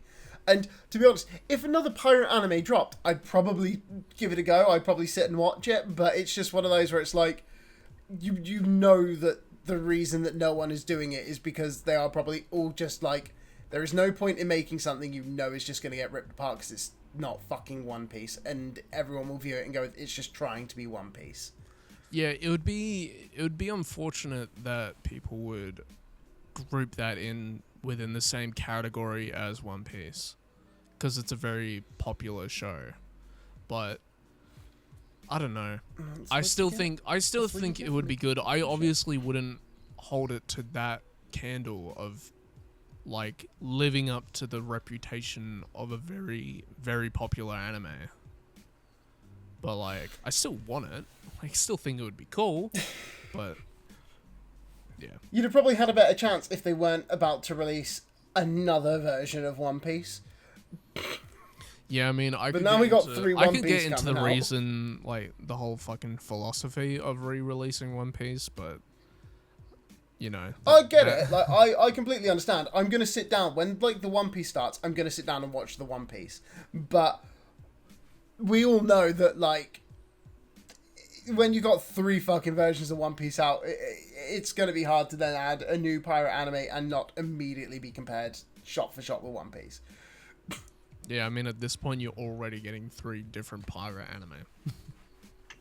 Yeah, even if they all share the same fucking title. Which is, it's still funny. It's still funny to think about. To be fair, I don't know if you've seen this as well. This actually is not one of the like newsy things. I saw something pop up about. I appreciate that some people are going to say this is not anime and therefore is not anime related, unnecessary to be mentioned here. But you remember Avatar: The Last Airbender, and you remember Avatar: Legend of Korra.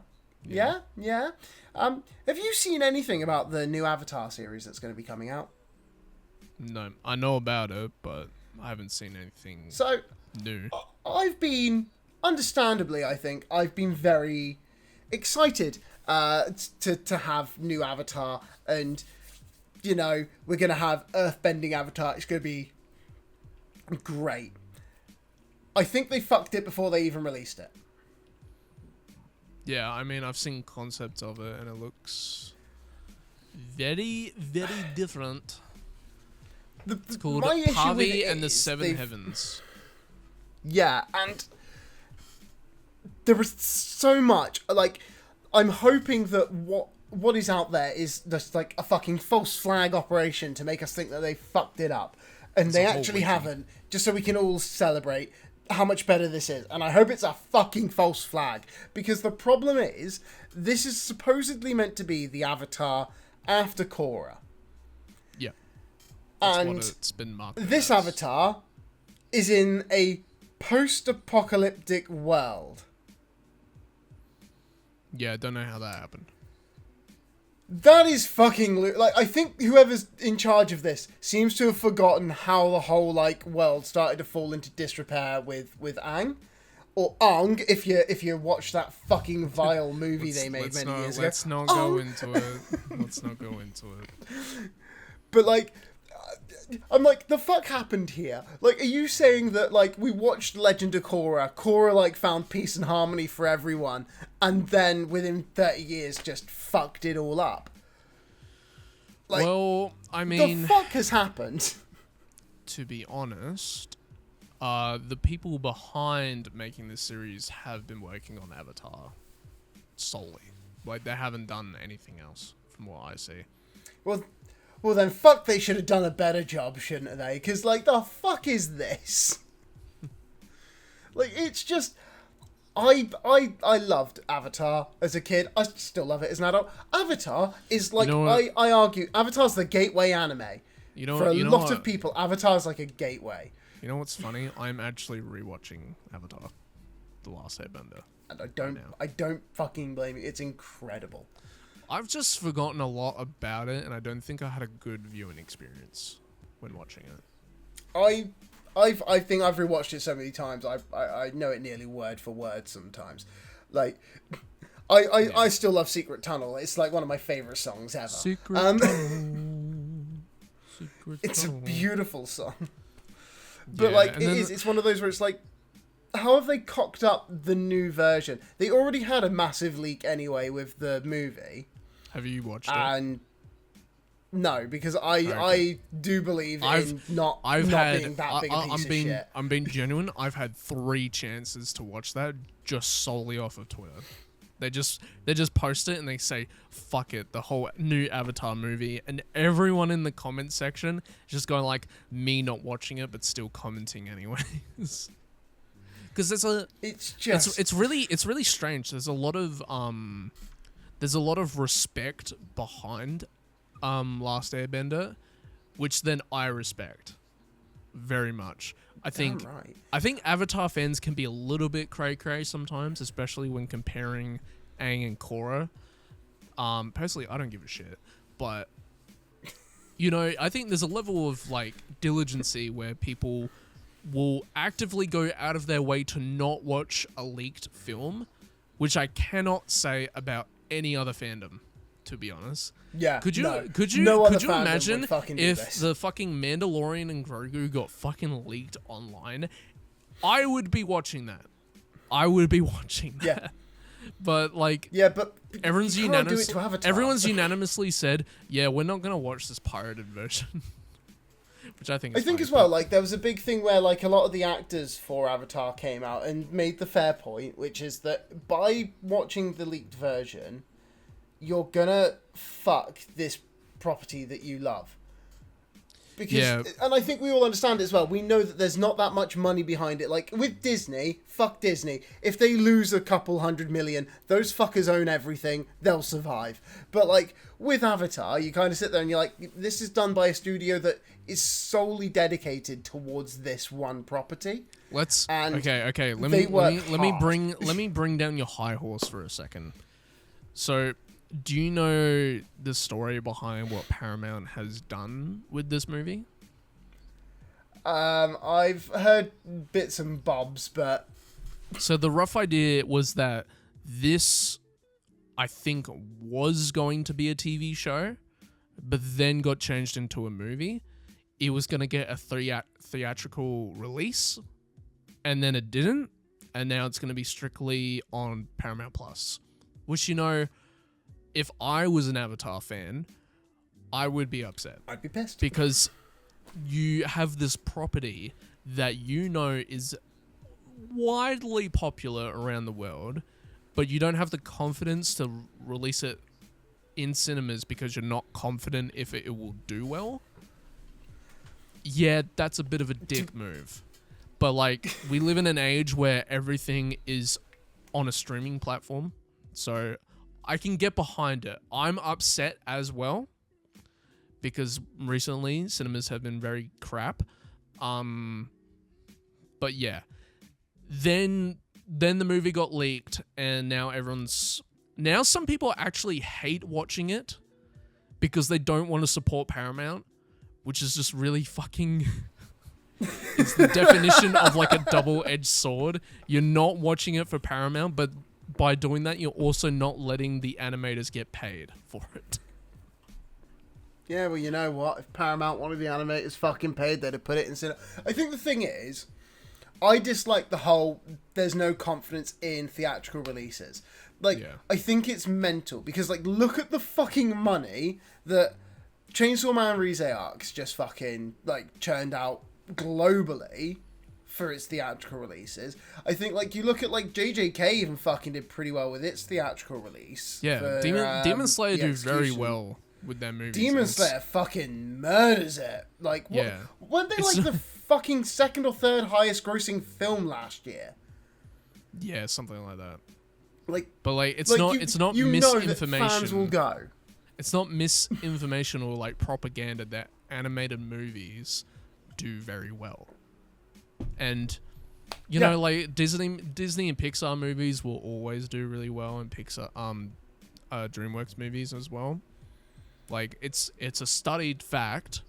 There are multiple high-grossing movies that are animated that turn a really good profit. What doesn't turn into a good profit is a bad movie. There's such thing as a bad movie. Only bad audiences, Jacob. Oh yeah, what about fucking M. Night Shyamalan's The Last Airbender? I mean, is that a bad movie? We were all just a very bad audience. Okay, we didn't see the vision of M. Night Shyamalan. No, actually, to be fair, right. Like that film made me want to drown M. Night Shyamalan. Yeah, you're right. I just didn't understand the plot or the characters. Yeah. Well, it's because we were all here to watch Aang, The Last Airbender, and instead we got Aang, The Last Airbender. No, just the Airbender. The Bender. The Bender. The Bender, my friend. The Bender. He sucked. Like, no offense to the kid who played him. It's not his fault that he was in a shitty film. Like, no offense to any of these kids that they were in a shitty film. Their acting was a bit subpar for some reason, but... It's just so funny that M. Night can make, like, a really good... Like, he can make good movies, and he just turns around, gets given a budget, and then just fucks it all up. But to be fair, I've heard that the publisher for that movie apparently changed it a lot. It's not M. Night's vision of the film. Fault. Yeah. So I can give a little bit of leeway, but at the same time, you made debatably one of the worst movies of all time. I think one as well, we can all agree he's got to accept that he didn't correct the pronunciation of Aang's name at any fucking point, and therefore the bit scummy.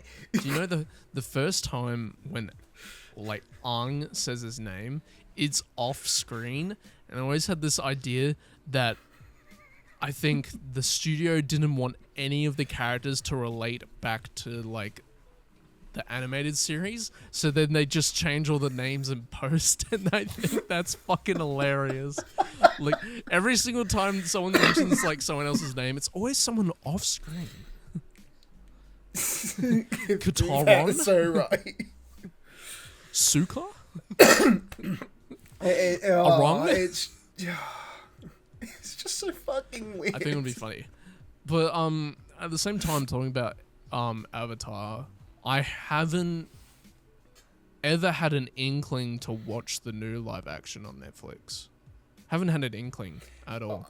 I never did either. It never, like, to be fair, I think I saw like clips of it and went, this looks kind of like shit.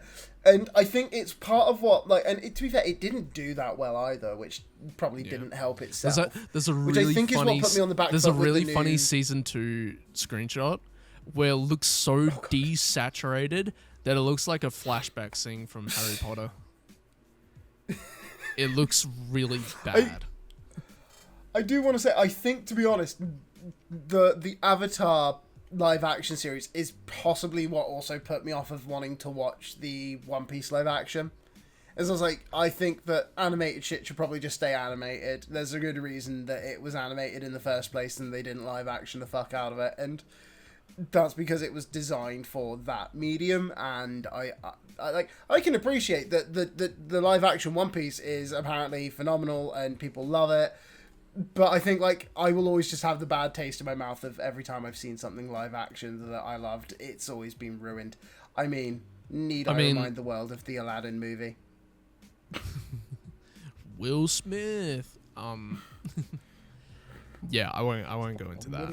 But I mean, I liked the One Piece live action. I've made a video on the One Piece live action about how it can recontextualize a story that has built up over a numerous amount of years and compact it and make it more accessible and more welcoming for people, I would say. I actually recommend people that do want to watch One Piece to watch the live action.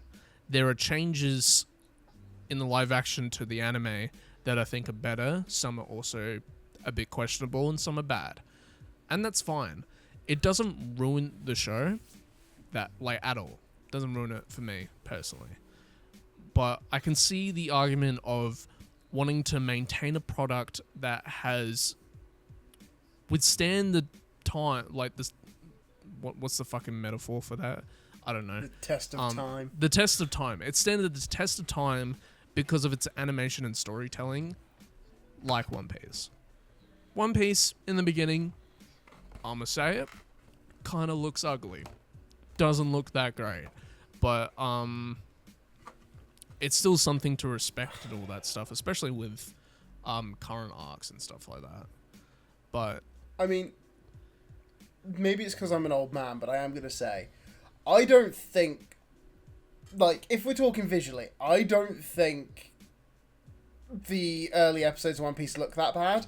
But again, I think it's because I'm a bit old manny at this point. Like, I grew up on the original Dragon Ball and shit like that. It was all a bit budget ass looking fucking animation now. But I think that kind of gives me like that little warm fuzzy feeling of my childhood that I'm constantly fucking searching for as I approach 30. So yeah, I don't know. I don't really hold it to a candle like with the early episodes because it was a very like predate time. The fucking Phantom Menace came out as One Piece was coming out. And back then I was just like, oh my god. Big Star Wars. Big Star Wars. But like, yeah, it's just like a nitpick for me personally. Like some older episodes of even Dragon Ball feel a little bit off to me. But that's sort of like my new age brain, you know, my Gen Z brain, where like I see something that looks very, very dated and go like, this looks like shit. I fucking hate it. That's not really how I operate, but sometimes I do, because, you know, I'm inconsistent as fuck. But like, I still respect that property. I still respect that hundreds of people put in hours to animate this, voice act over it, dub over it, and everything like that. And, you know, it's something worth maintaining. But then when people say that the live action ruins the anime's reputation, that's when I get a little bit standoffish, go like, I don't think it did. It's something that you can ignore. It doesn't ruin the whole thing. Do you really think M. Night Shyamalan's The Last Airbender ruined Avatar? I mean, for probably like 3 months, it hurt to look at Avatar because all I could think of was Aang. But after I got over it, you know, no, that shit still holds up. It's just that fucking awful M. Night Shyamalan movie. Yeah, it's now noted as the bad Avatar movie, just like how Dragon Ball Evolution is the bad Dragon Ball movie. You know, I will not stand for this. Dragon Ball Evolution was peak. Alright, Dragon Ball Evolution has nothing to do with fucking Dragon Ball. They just all have the same names. And there's Dragon Balls. That's it. There is a lot wrong with that fucking, like, to be honest, I think the worst thing is I've watched interviews with people who worked on that, and it upsets me knowing that, like, there were cast members being like, none of this makes sense. It doesn't align with any of Dragon Ball and Dragon Ball Z. The fuck is going on?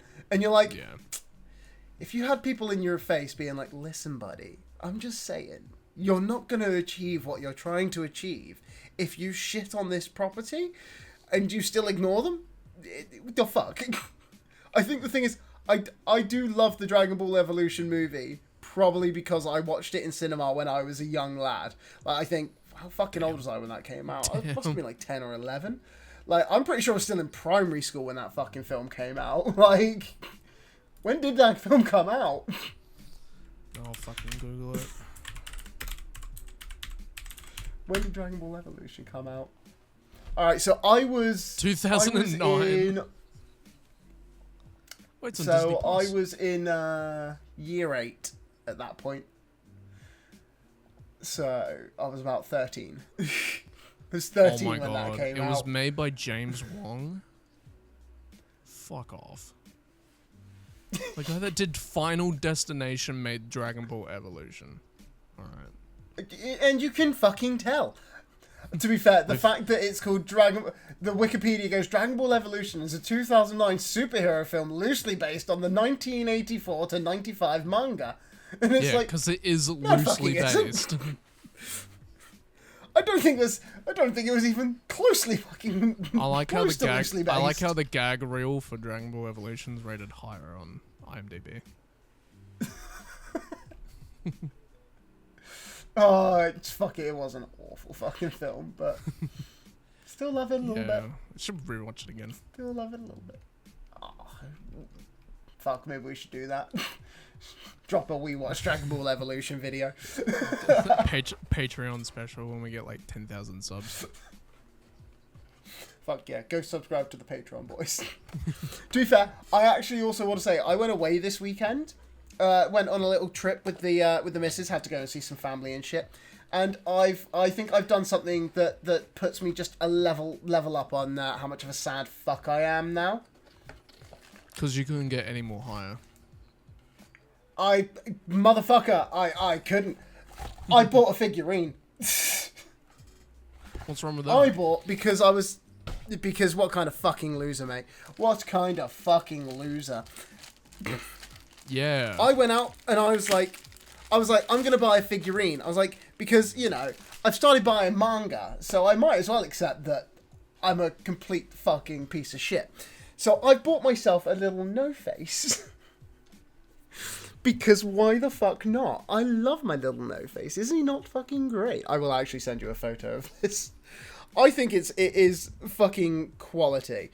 And I actually love him. I bought him for like, $20. So not even a lot of money, really. I nearly spent like $80 on a fucking Asui figurine from My Hero. But then I kind of thought better of myself.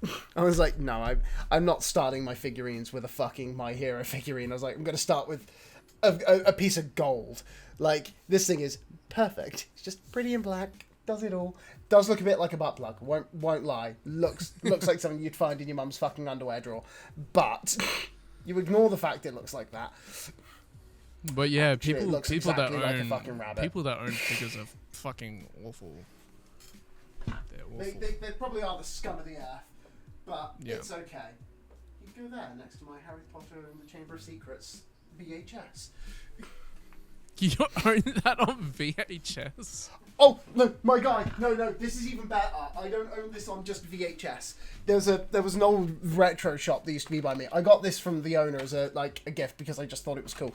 I have Harry Potter and the Chamber of Secrets on VHS, but this is a blue VHS that is a fucking Blockbuster rental copy. Like, this is one of those stupid things that I managed to obtain, and I was like, fuck, I want this. I really wanted, he used to have a Rugrats one. He used to have the Rugrats movie on VHS, and that was a bright orange thing. And I really wanted the Rugrats movie, but fucker got rid of it before I could get it off of him. So he gave me that, and I was like, fuck yeah. I remember when Blockbuster shut down. Do you know what? I had two things from Blockbuster. I can't remember what the other one was, but the game that I had was Need for Speed Most Wanted. I rented that game out. I went to return it. Blockbuster was gone. So then I kept it. Shut. I don't think they were that. But I really wanted to see if you could if I could relaunch Blockbuster, because I'm like, physical media is coming back at the moment, and I'm all for this. I love physical media. Yeah, I mean, you couldn't. But they still own the goddamn trademark. You couldn't just do like games and movies anymore. Like there's a place in the city where I am where they sell like DVDs and all that stuff, but they also do a bunch of other stuff. It's like a thrift shop basically. See, there is one DVD rental company still alive in the UK. Yeah. It is nuts. It has been going for like 25 years, and people still go there and rent DVDs on a daily basis. And I'm like, this is what I'm fucking talking about. This is what I want. Are any of them below the age of 30? Probably not. Probably not. I mean, I would go. I'm below the age of 30, so fuck you. Fuck you. New Year's hit, and I got a meme that was like, "You're turning 30," and I was like, "Fuck." I was like, "This is not my year." Yeah, fuck you, Instagram. That fucking hurt. Oh man. But I might be turning 30, but I still haven't turned my mum into a fucking ice pop like that bitch in Hat Atelier. So, suck a dick. That's fucked up. Nah, but to be fair, Imagine on the topic right of the anime, cry about it, child. I'm an adult. I'm allowed to bully kids. Phrasing, anyway. But I'm assuming you have also watched the latest episode of Hat Atelier. You mean Hat Workshop? Hat Workshop. Yep, I have. And I'll be honest, I think for the entire episode, the only thing I cared about, I cared about that little fucking colorblind kid.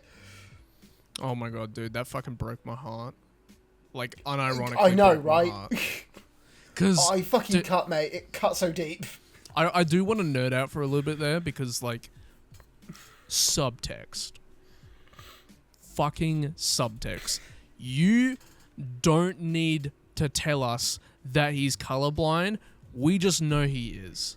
They tell us later that he is colorblind, but you know, in that moment where he gets frustrated that he can't differentiate the fucking pots, you're just going like, oh fuck, dude. There's no fucking way, man. Like, that's honestly just, like I said, biggest F of all time.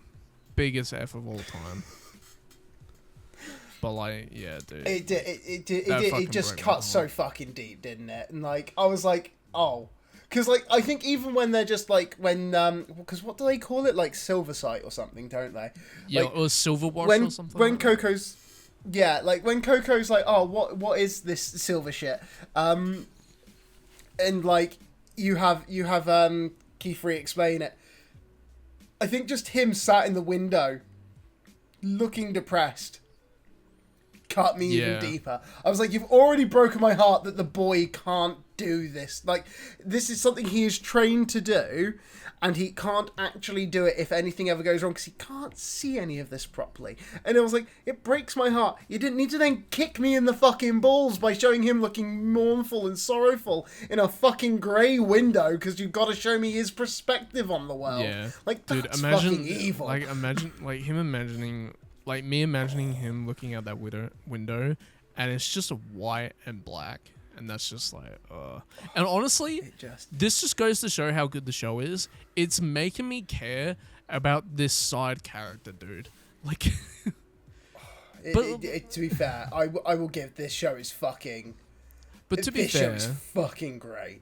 To be fair, to nitpick even a little bit, why is him not being able to tell the difference between, like, colors affecting him from becoming a witch?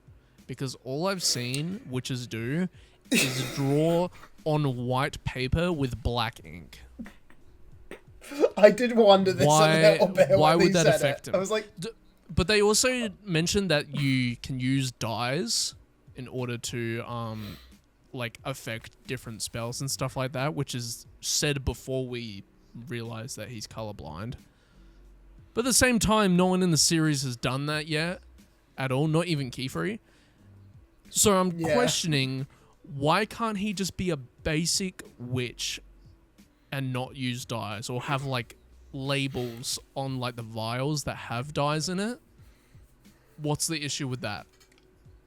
Yeah, I did, like, similar to you. I did kind of think, I was like, I don't get why it would affect him being a witch. It's but, the like, small, I guess the it's the thing is, I was smallest like, little like plot hole that I noticed. But that was after the Yeah. episode. Like the episode ended, and I'm like, oh dude, that fucking cut deep. And then I thought, wait, aren't people just drawing in black and white anyways? I think, like, I when I thought about it, the only thing I could think is, like, do they just refer to anyone inside of this magical world, essentially, as a witch? Because I'm like, is his grandfather who makes the ink, is he just, even if he couldn't cast a spell, would he be considered a witch because he makes the ink? And if so, is that saying that actually his entire future is just non-existent once Grandad's gone? Because if another Coco shows up and causes a bit, or like if another light spell goes off and causes a slight startling, he will never be able to reorganize his fucking powders again. Yeah, it's a little bit But then, interesting to talk right on about. the fucking jar, dumbass. Yeah, because like I don't like reading into shows that much. Like I usually get pretty enveloped into the world and everything like that. But it was just something I noticed. Like, it shouldn't hold him back that much. But at the same time, I don't think his grandpa or dad or whatever it is, I don't think he's technically considered a witch, but he just is knowledgeable of how magic operates. You know? Yeah. It seems like I a mean, generation. world It seems like a building will carry on, generational won't it? thing where like his dad taught him, and then he's telling this kid as well. It's just like, yeah, that's pretty much how it would go. Though, to be fair, I'm not going nuts here, right? Like, that did that episode end with Grandpa being senile? I think Keyfree wiped his memory. So yeah. So I'm right that he's gone, like, essentially kind of slightly senile in this situation, because I was like, the fuck happened to him? Like, he's 5 not really seconds ago, he was senile. fucking still fine, It's wasn't like the memory of like the ink in the jar. Keyfree it's implied that he wiped his memory of that specific point because he doesn't remember what that the ink did or the flash of light that happened beforehand. Like he has no recollection of all that, but is still shown to like know his grandson. You know, like it's not like he's completely gone or anything like that. It's not complete anything dementia. bad. It's just, Yeah. you know, It's just the fact that short-term memory loss. I'm pretty sure it's implied that Keyfree wiped his memory. Because we are shown that I'm in the hoping. same episode that you can do that. Yeah. Which is kind To be of... fair, if that's the case though, do we not agree? What kind of fucking idiot is Keyfree that of all the circles he could draw, he decided the memory loss one was the one he would fuck with? Well, no. So what happened was Keyfree did a very simple spell, which was the spell that Argot did to signal them, but did like a really basic version. But then it just turned into like a flashbang. And then the old man was going like, what the fuck was that? That ink is not to be messed with and everything. And then off screen, he drew something to wipe his memory. That's what happened. Because what happened, the flash of light went off. The bottles went down everywhere. We're told that the kid is colorblind. And then it went back up to the old guy going like, oh, fucking get rid of that. Whatever the fuck. And then, yeah, then... Some dangerous next fucking scene. ink. Yeah. To be fair, like I am still interested to see like essentially how Coco came to possess such a dangerous ink when they had just bought said ink from the same gentleman. Apparently, while Coco was knocked out in like the fucking alternate dimension, you know, with the dragon and all that, apparently the fucking the bad guy, whatever the fuck that group is called, apparently mixed some blood in during that point. Oh, they're called. Fuck, what are they? They're called because I realised it's such They're a like top stupid hats. name. It's like top hats. It's like the brimmed caps or something, isn't it? Yeah, something like that. all of the normal witches have a straight fucking dunce cone, but these fuckers, they have like the classic witch and wizard hat that we'd think of, you know? Something with a bit of a brim. It's fucking what a great fucking concept for a bad guy's name, you know? It's just the brimmed caps. Has a different Fair hat. play. Automatically bad guy. They still wear hats like the rest of us because, you know, they want to stand out as witches. But they're the bad witches. Yeah. Fucking... They could have at least worn a different type of hat. I'm surprised they even are wearing hats, to be honest. Like, wouldn't you be a bit more conspicuous if you just didn't wear a hat? Yeah, but then how would the plot progress, you know? Like... How would the good guys know you're the bad guys? I'm sure they'll get by.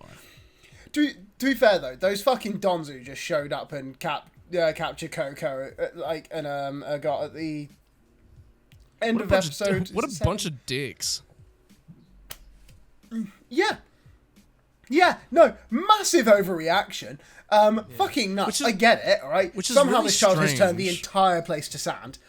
It's really strange they have this overreaction towards something that is very niche and hasn't really happened before.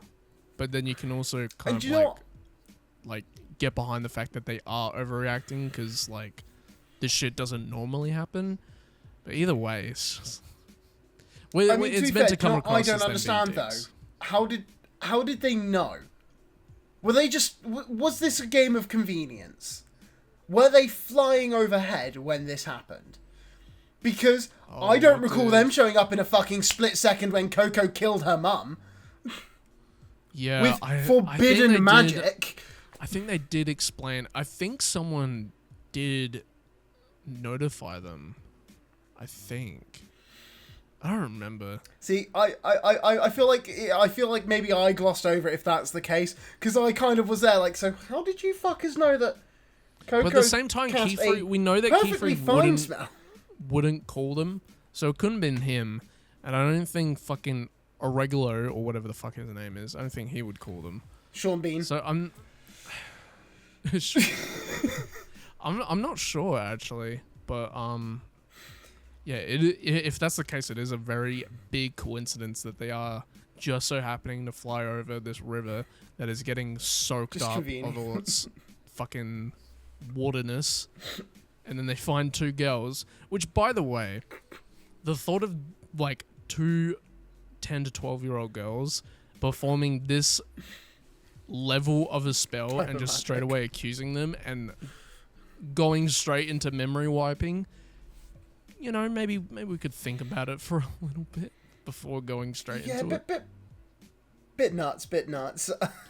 I would like to see a little bit more of a political trial where, like, they show evidence, but, like, no, they just have the power to do that, which... I do think, to be fair, it is fucking mental, innit? Because it's like, if it was at least semi-contained to where they are, or similarly, if it was, like, an Impact Crater style thing where she turned a 5-mile radius into sand, fair enough. Yeah. But the fact that it's the whole river has turned to sand, not the whole landscape, and that they're like, first witches we find, it's those fuckers, just persecute, and you're like, there could be a witch up the fucking way, you bastard, you don't know, you're obviously not researching, like, you're terrible police. Yeah, it seems shoot like first, ask later, I guess, you know? Yeah, like, no, we'll just permanently give brain damage to these two young women. Clearly, in this world, they haven't discovered this thing called an investigation. Who needs to investigate when you got magic? You know, who needs that? Magic is drawn. You can still draw. Oh man, but yeah, you can draw a magic circle, but can't draw a fucking conclusion. Oh, that was a good one. I'll give you that. Oh no. I know. That English education finally paying off. But yeah, it was a good episode. It's a good episode. Yeah, no. To be fair, I have got to say, it's a fucking great series. Like, I don't think I was prepared for this to be as good as it is, and it is. Yeah, I thought I'd just 3-episode watch it and never watch it again. But I think I kind of got the same vibe from it, where I was like, oh, I'm just going to probably end up dropping this at some point, being like, it was alright, just, I couldn't be bothered. And I'm like, shit. I'm like, fuck, you boys are cooking. You're making something magical here. And not because it's a magic girl anime, but because this shit's fucking magical. Like, my faith in anime is being restored, because this isn't a fucking isekai. It's not like, I think as well, it's not an absurd fantasy. It's just like, it's just classic fantasy. It's just classic. Yeah, it's great. It's lush. And I think as well, like, I think I worried when I saw it originally that it was going to be not Harry Potter, but you know what I mean? Like, it was just going to be some sort of bitches with wands, and great, but it isn't, and I like the mechanics of the world. Yeah, like, if you look at it from, like, surface level, it's just cute girls doing magic, because that's sort of, like, what it is right now, but there's so much to it. Keyfree is such a fucking compelling character, because, like, he's shown to be a very gentle and soft person, but then when Coco does this forbidden magic, his whole world is basically turned upside down that we don't know for like a solid reason why. But like it's very heavily implied that we still don't know. He has a rough idea of like the events that are happening, and is very scared of it all occurring, and like he's trying his very best to like figure out the situation and like resolve it, but he's also been quite ruthless with the methods that he's doing. Like when the alternate dimension got destroyed, and like the old man's going like, what do you mean you're trying to cover it up? And he's just going like, bitch, don't you fucking say anything or I'll fucking kill you.